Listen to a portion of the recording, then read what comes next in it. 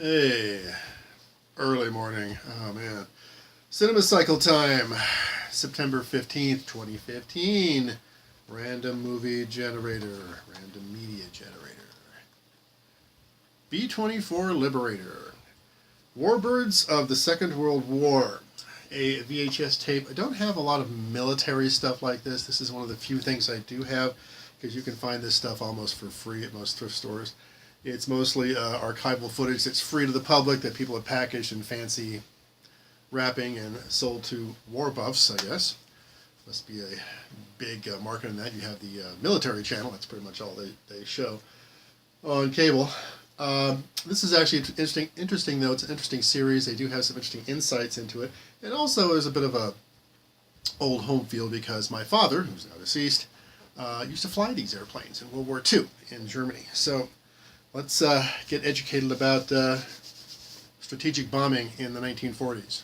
Gotta be good. You know, I gotta say, from an archival point of view, in this particular series of Warbirds, got some really good archival footage in here, most of which you don't see. It's meaningless footage unless you have good narration to tell you what's actually going on. Like, you know, you'll see staff meetings of generals discussing bombing raids, which to the average person wouldn't mean anything unless you know the date, the time, and who these people are and what they're talking about.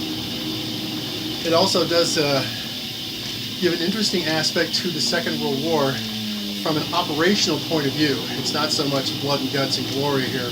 It's like, you know, this is the devices that we had to use, and this is how we use them, and the certain roles that they played, which I think a lot of people probably don't realize anymore.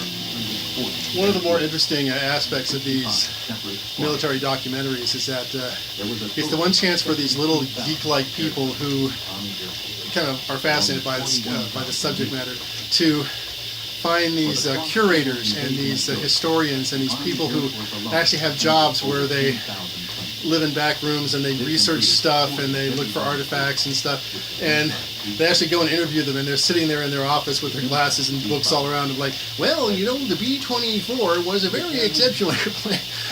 It's like, oh, get a life, honey. Get a girlfriend. Get out of the garage.